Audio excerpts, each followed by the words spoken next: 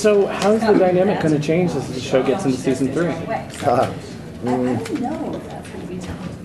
You know, what's made me so happy to be on the show is just that each year it seems to reboot itself again. And, you know, going into this third season now, the dynamic is completely changed. You know, by the end of the second season, you saw this kind of family growing, which, in a sense, kind of a Justice League Avengers type thing, where they're arguing as well as they have to, you know, save the day and solve these crimes and save to an extent humanity, and it's just being that now that they have to run division, it's going to be psychologically more difficult for them. They're now practically living together in division as well, so it's going to cause a lot of conflict. There was already conflict at the end of the second season, but now they have to work together. And they're forced to, they're pretty much forced to by the president, who's given them all these partners.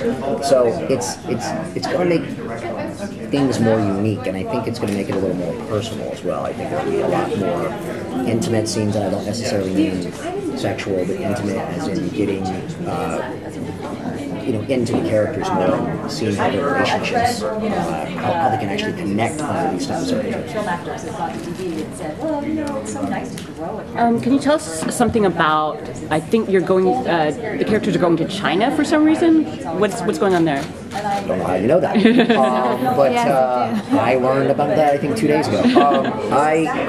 Yes, first episode. You know, I'm not even sure how much, once again, I can say, since we literally just got here. This is our like second interview, and I haven't talked to Craig yet.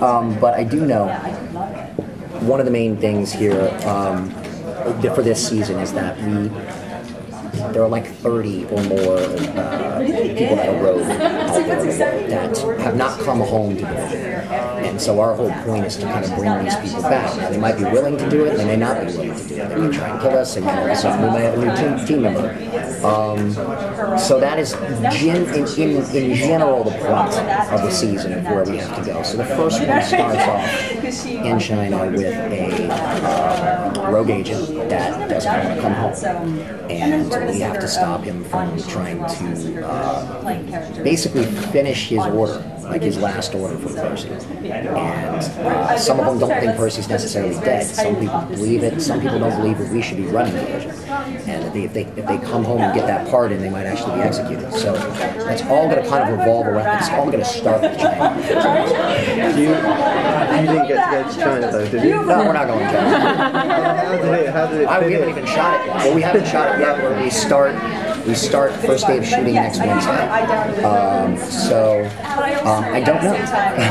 I'm kind of excited to see, but you know, in the last 2 seasons we've done Peru, we've done Turkey, we've done Japan, we've done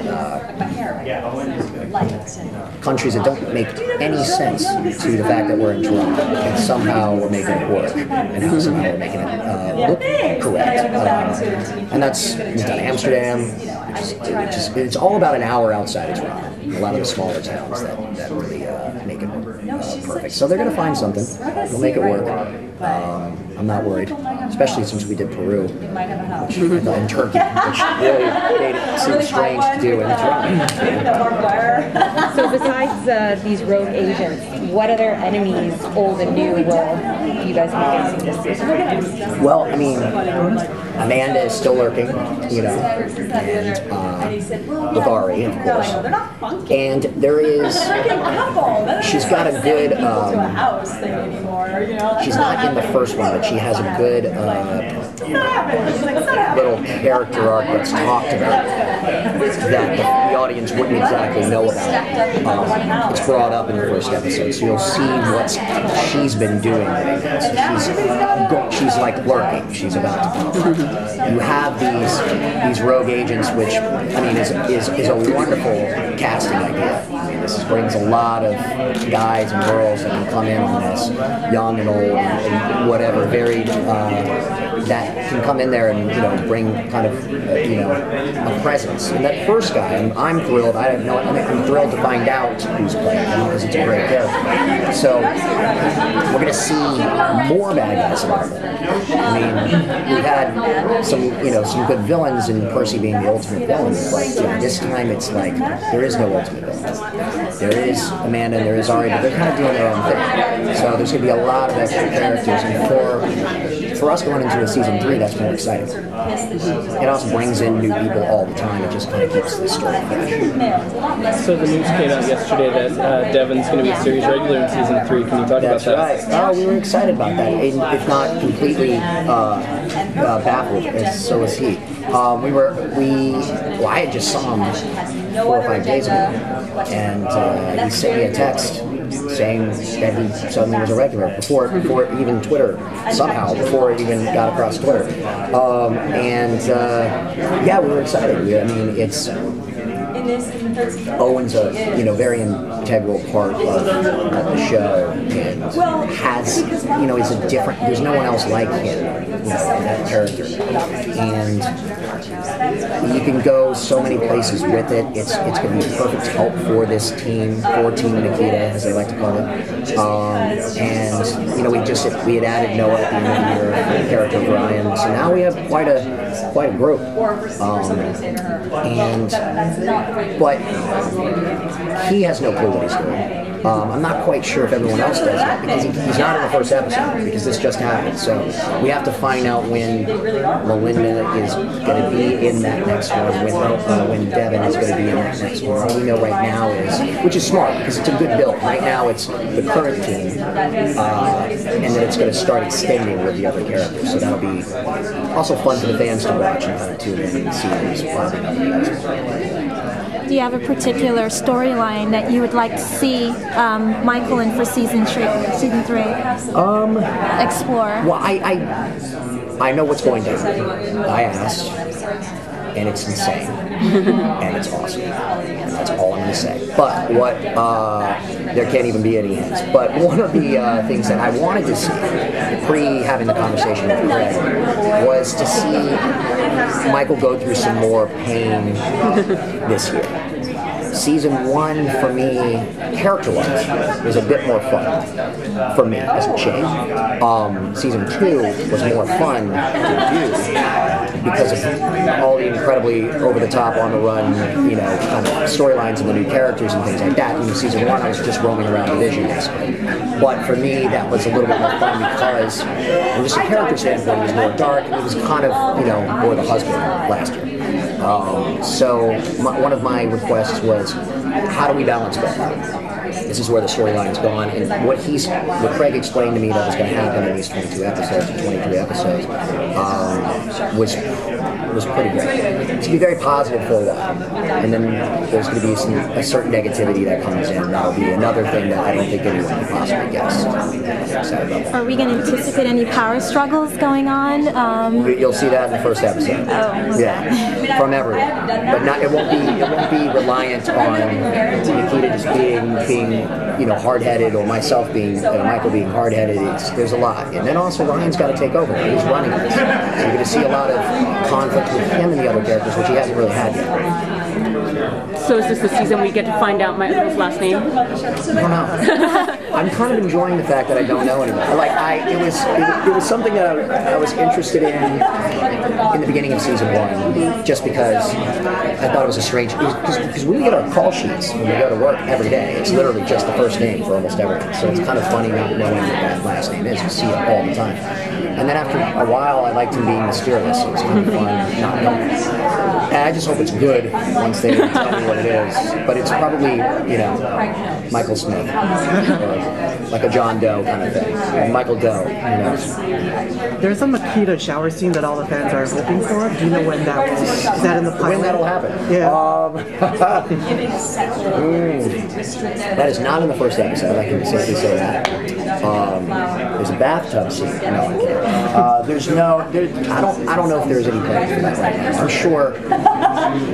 Look, they're happy right now. I'm starting off with them being happy again, and you know, we ended that second season, you know, going towards that, and we're not starting off.